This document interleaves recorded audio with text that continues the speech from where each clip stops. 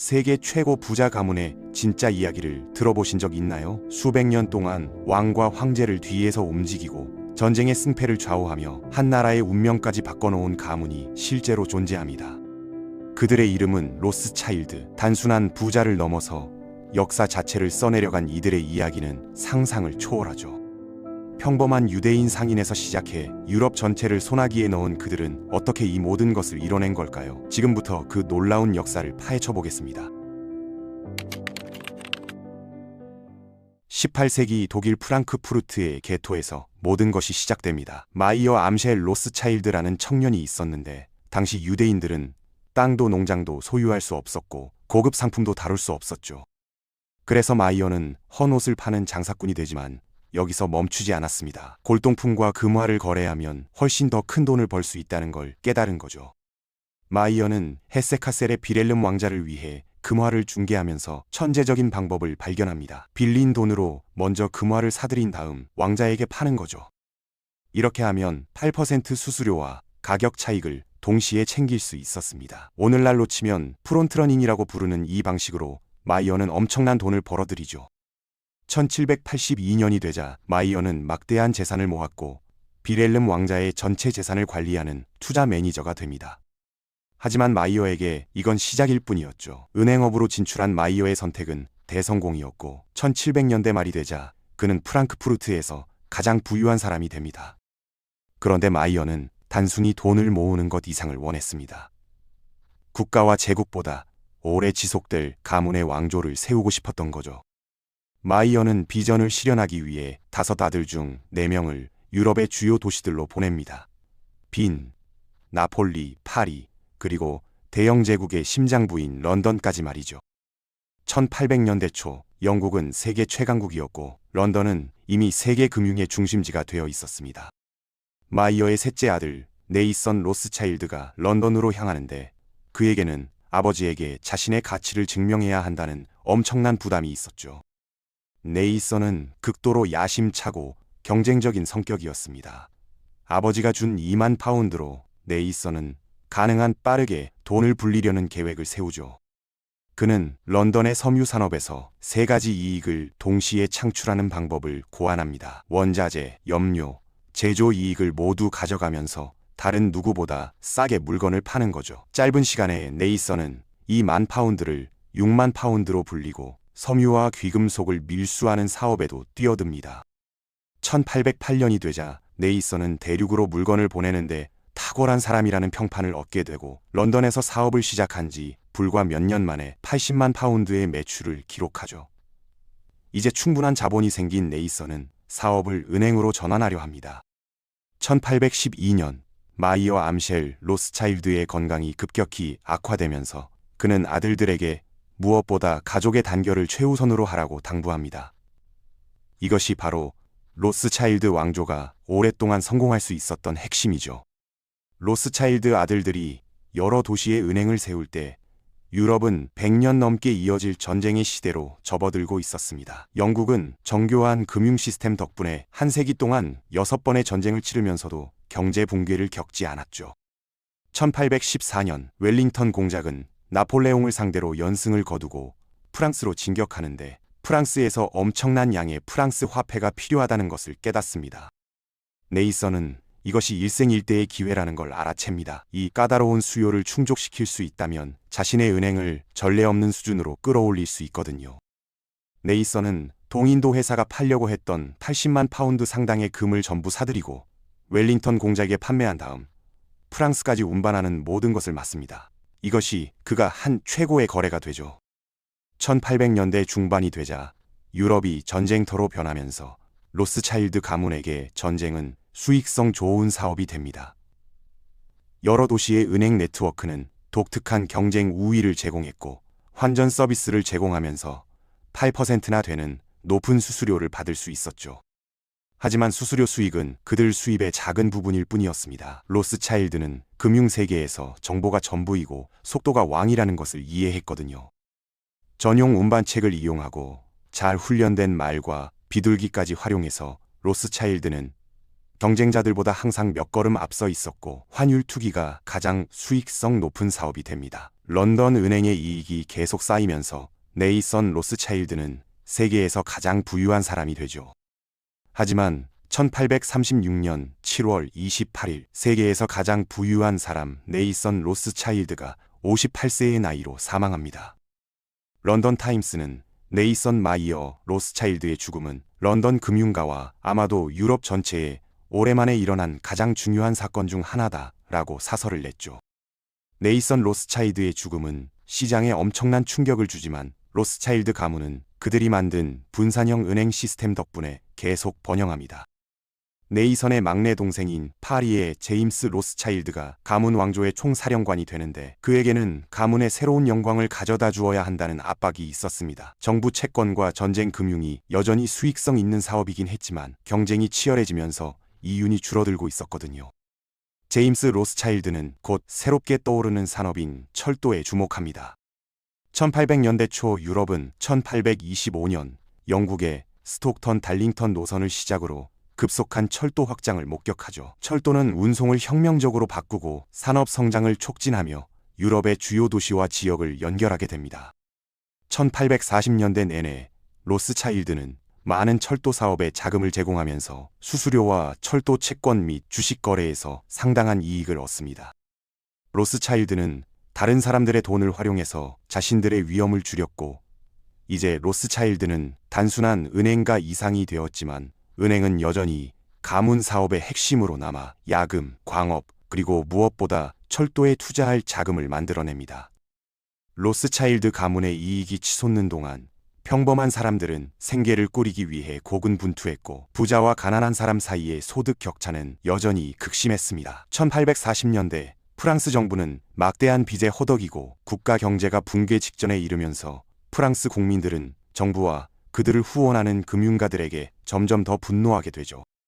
며칠 만에 프랑스의 로스차일드 은행은 파산 위기에 놓입니다. 프랑스 은행의 수장인 제임스는 런던에 있는 조카 라이오넬, 네이선 로스차일드의 아들에게 도움을 청하죠. 라이오넬에게 삼촌의 지점을 구제하는 것은 상당한 위험과 잠재적 손실을 의미했지만 그에게 가족의 단결은 무엇보다 중요했습니다. 런던 은행이 대출을 주선해서 삼촌의 은행을 붕괴에서 구합니다. 라이오넬 로스차일드는 가족을 우선시하는 것을 믿었지만 자신의 민족을 위해서도 무언가를 해야 한다고 느꼈습니다. 라이오넬은 자신의 민족에 대한 편견을 없애기 위해서는 정부에 진출하는 것이 유익하다고 생각했죠. 19세기 중반까지 영국 유대인에 대한 대부분의 제한이 철폐되었고 1847년 8월 라이오넬 드 로스차일드는 런던시의 자유당 후보로 당선됩니다. 하지만 하원 의원으로 완전히 선서를 하려면 성경에 대한 맹세를 낭독해야 했는데 라이오넬은 거부하고 구약 성경에만 맹세하겠다고 주장하죠. 정부의 일원이 되는 것은 로스차일드 가문에게 기념비적인 일이었습니다. 제임스 로스차일드가 나이를 먹으면서 라이오넬은 점차 가문의 가장 역할을 맡게 되는데 라이오넬이 깨닫지 못한 것이 하나 있었습니다. 로스차일드 가문이 유럽에서 최고의 지위를 누리고 있는 동안 새로운 은행 제국이 그들의 지배력에 도전할 태세를 갖추고 있었다는 거죠. 주니어스 모건이라는 영국 은행가가 1864년 조지 피바디 앤 컴퍼니를 장악하고 그는 큰 무대에서 활약하려면 정부 금융에 뛰어들어야 한다는 것을 이해합니다. 1800년대 은행가에게 전쟁만큼 많은 기회를 제공하는 것은 없었거든요. 1870년 7월 19일 나폴레옹 3세가 프로이센의 전쟁을 선포하는데 이 선언은 프로이센의 주도 아래 독일 통일을 이루려는 비스마르크의 야망과 완벽하게 맞아떨어졌습니다. 한 세기 동안 전쟁에 자금을 대온 로스차일드 가문은 한 나라가 이길지 질지를 예측하는 놀라운 능력을 가지고 있었고 프랑스가 강력한 오토 폰 비스마르크를 물리칠 수 있다는 믿음이 전혀 없었죠. 로스차일드나 베어링 같은 주요 은행들이 프랑스 정부의 돈을 빌려주지 않으려 할 때 주니어스 모건은 이것을 일생일대의 기회로 봅니다. 그에게 프랑스가 전쟁에서 이기는지는 중요하지 않았고 중요한 건 프랑스가 대출금을 갚을 수 있는지였죠. 그는 프랑스가 지더라도 국가의 경제적 회복력이 대출금을 갚을 능력을 보장한다는 것을 빠르게 이해합니다. 주니어스 모건은 신디케이트를 통해 프랑스 군대를 위해 1천만 파운드 이상을 모금하고 미국 은행가로서 프랑스 정부가 미국 무기를 구매할 수 있는 접근권도 제공하죠. 전쟁은 독일의 결정적인 승리로 끝났고 1871년 프랑크푸르트 조약으로 분쟁이 종료됩니다. 전쟁이 끝났을 때 패배한 프랑스는 대출을 거부하지 않고 오히려 1873년에 채권을 조기 상환했죠. 그 결과 주니어스 모건은 대출로 무려 150만 파운드의 순이익을 얻었고 이것이 회사의 자본을 크게 늘려 정부 금융의 상위 계층으로 그를 밀어올립니다. 이제 모건 가문은 금융계의 강력한 세력이 되죠. 주니어스 모건이 자신의 은행 왕조를 세우기 위해 노력하는 동안 로스차일드 가문은 갈수록 많은 도전에 직면합니다. 1868년 제임스 로스차일드가 사망한 후 로스차일드의 젊은 세대들은 점점 더 분열되기 시작하고 명성을 되찾기 위해 그들은 유럽 너머를 바라보며 이집트와 인도 철도에 막대한 투자를 합니다. 하지만 과거의 성공을 진정으로 되찾으려면 더 넓은 시장이 필요했죠. 1850년대부터 1870년대까지 미국은 산업혁명, 서부 확장, 대륙 횡단철도 완공에 힘입어 상당한 성장을 경험합니다. 코넬리우스 밴더빌트가 철도를, 앤드류 카네기가 철강을, 존 D. 록펠러가 석유를 장악하면서 이 거물들은 미국 비즈니스를 변화시켰죠. 수년 동안 로스차일드는 미국을 과소평가했지만 모건 가문의 부상과 월스트리트가 새로운 글로벌 금융 허브로 떠오르는 것을 보면서 더 많은 사업 기회를 추구하기 시작합니다. 거리에 피가 흐를 때만큼 좋은 기회는 없죠. 미국에게 그날은 1893년 5월 9일에 찾아옵니다. 수십 년간 호황을 누리던 철도 시장이 과잉 확장으로 갑자기 붕괴하면서 역사상 최악의 공황 중 하나인 1893년의 공황이 발생하는데 그로버 클리브랜드 대통령은 금 본위제를 유지하기로 결심하고 확장 재정 정책을 거부합니다. 클리블랜드 정부는 금 보유고가 위험할 정도로 낮아지자 제2 피어폰트 모건에게 도움을 요청하죠. 연방정부는 며칠 안에 금 보유고가 바닥날 위기에 처합니다. 모건은 그 결과가 젊은 나라와 자신의 은행 제국에 재앙이 될 것임을 이해하고 연방정부를 도울 수 있는 막대한 양의 금에 접근할 수 있는 가문이 하나 있다는 것을 알고 있었습니다. 바로 로스차일드 가문이었죠. 지난 30년 동안 로스차일드는 금과 은 채굴 작업에 전략적으로 투자해왔거든요. JP 모건은 정부 채권을 발행해 6,500만 달러를 조달하고 그 돈을 사용해 로스차일드와 협상해서 연방준비제도를 위해 350만 온스의 금을 구매합니다. 모건과 로스차일드의 협력으로 그들의 채권 제공은 가장 인기 있는 투자 중 하나가 되고 금 채권은 대중에게 공개되었을 때 30분 만에 매진되죠. 미국은 역사상 어떤 제국과도 맞먹는 새로운 제국으로 세계 무대에 등장하며 초강대국이 됩니다.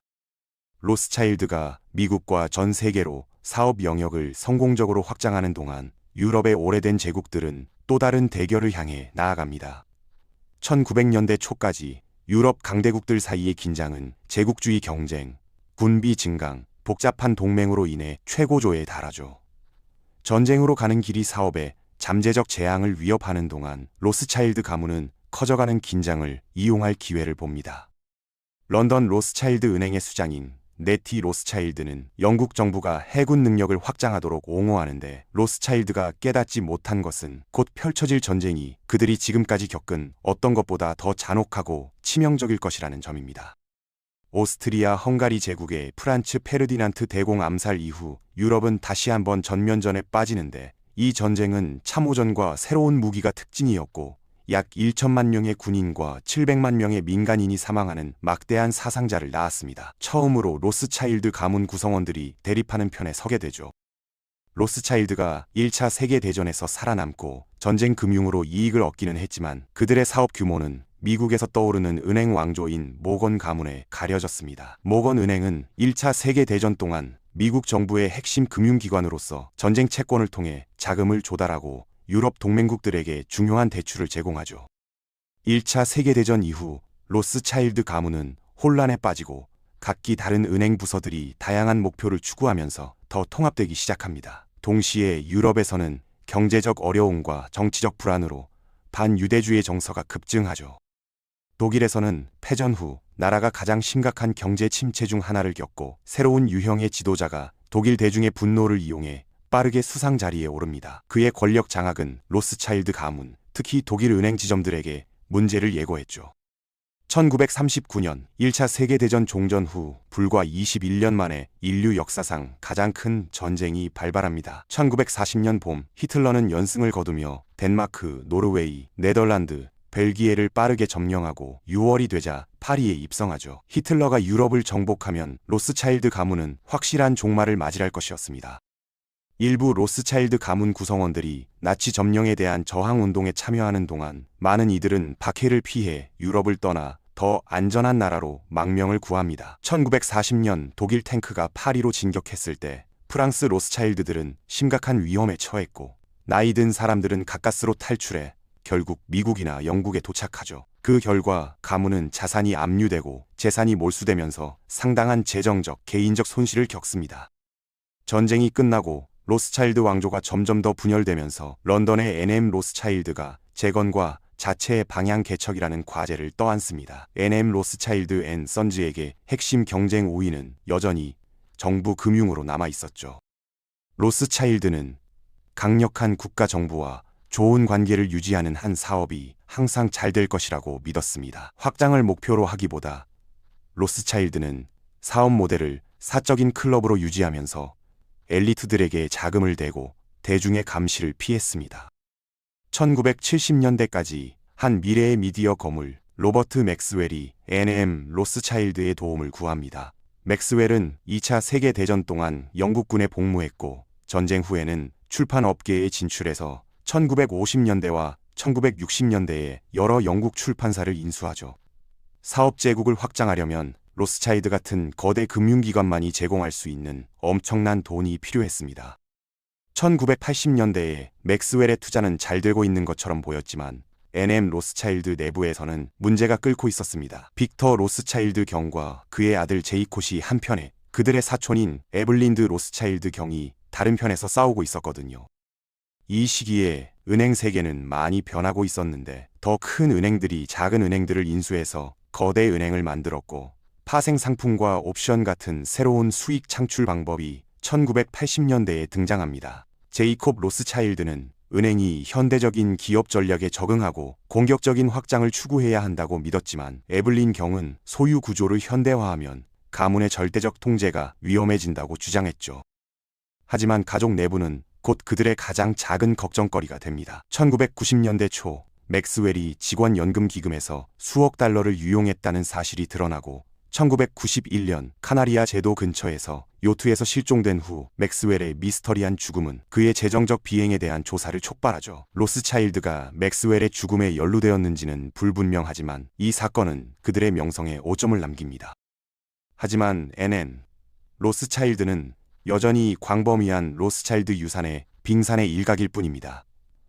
2023년까지 로스차일드 가문은 여러 부문에 걸쳐 관심사를 다각화하며 전통적인 은행업을 넘어서고 그들의 사업은 투자은행, 자산관리, 사모펀드, 자선활동을 포괄하죠. 한때 로스차일드 은행 왕조의 기반이었던 파리, 프랑크포르트, 빈, 런던, 나폴리의 원래 은행 기관들은 진화하는 금융 환경에 적응했습니다. 은행업이 여전히 중심이긴 하지만 가문의 영향력은 이제 더 넓은 범위의 금융 서비스에 스며들어 있죠. 역사를 통틀어 로스차일드 가문은 더 많은 돈을 버는 것에 주저하지 않았지만 가문의 유산을 유지하는 것에 관해서는 그런 기회들을 놓아줄 수 있었습니다. 이런 장기적인 관점은 존경받는 동시에 두려움을 불러일으킵니다.